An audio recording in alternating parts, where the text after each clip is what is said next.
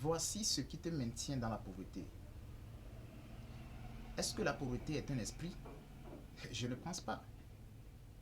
Sinon, la plupart des gens qui vont vouloir te vendre la délivrance chaque temps vont essayer de te convaincre, de te faire croire que la pauvreté est un esprit.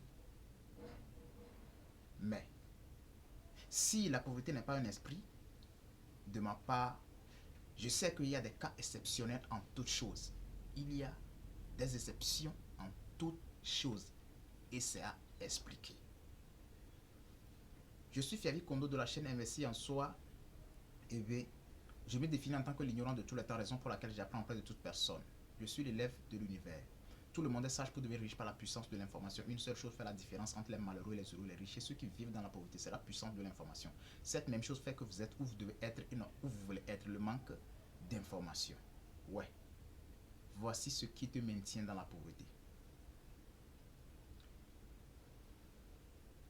J'ai l'habitude de le dire ici, que la pauvreté ou la richesse est une question de mentalité. Donc, si tu as une mentalité, tu as une façon de penser. Quand tu as une façon de penser et tu penses fréquemment, te maintient dans la pauvreté. Et je vais aller encore plus loin. C'est à ce niveau que je vais partager.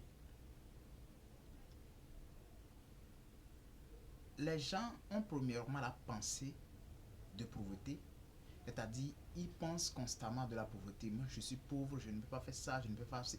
Ouais. Mais le pire est que ils s'en vont jusqu'à poser des actes. Ils s'en vont jusqu'à poser des actes.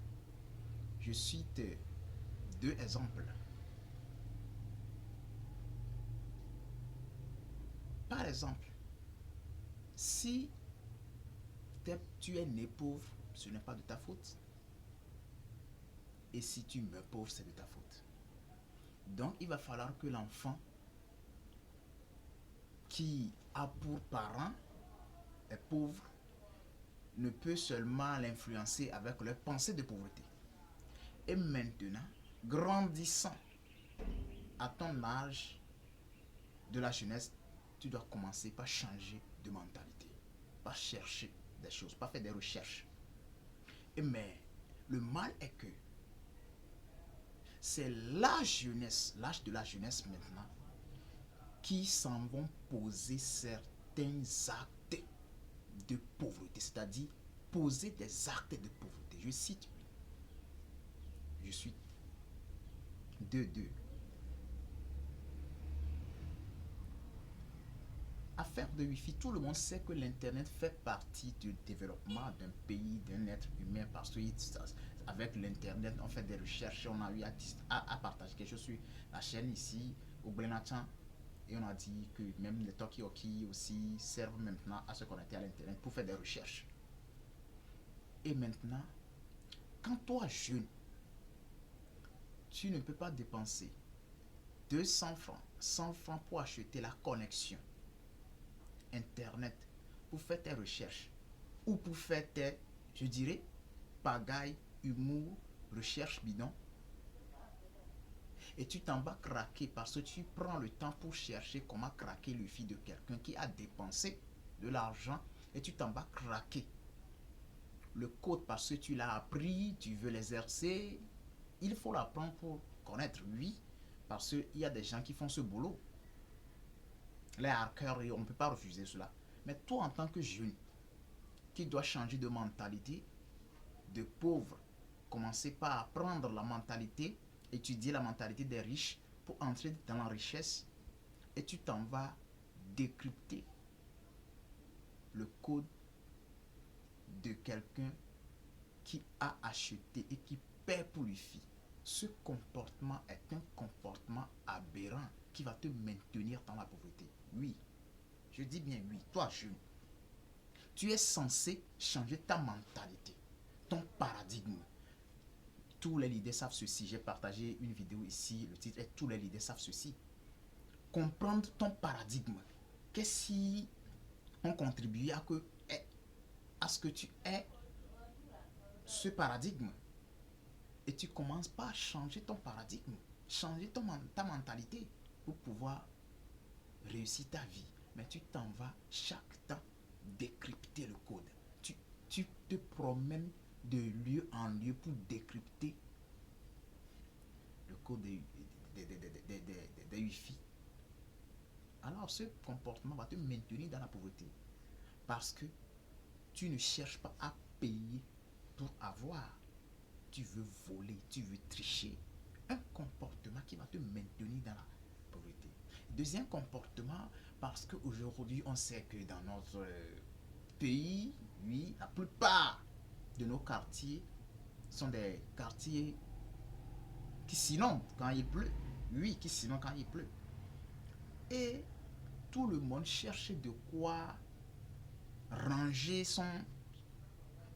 sa devanture pour que quand la pluie passe ou le coule, cela ne puisse pas le déranger. Mais il y a certaines personnes, si je parle de ceci, c'est parce que ça s'est passé. Si j'ai arrivé à analyser, à remarquer ceci, c'est parce que ça s'est passé maintes fois avec nous. Toi, tu dépenses de l'argent et tu t'en vas acheter le sable, pierre cassée pour pouvoir arranger ta devanture d'une manière ou d'une autre. Je sais que si tu l'arranges de trop et que ça dérange les autres aussi, c'est problème, je sais ça. Équilibre, je sais ça. Mais ce n'est pas de trop.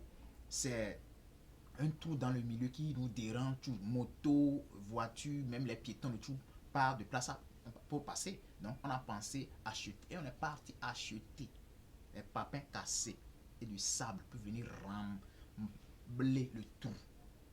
Mais la nuit tombante, il y a certaines personnes qui sortent de leur maison dans la nuit et viennent ramasser ces papins cassés jusqu'à ce que tu ne t'en rends compte que les papins sont finis là-bas et tu vois leur devanture remplie des papins cassés bien arrangés.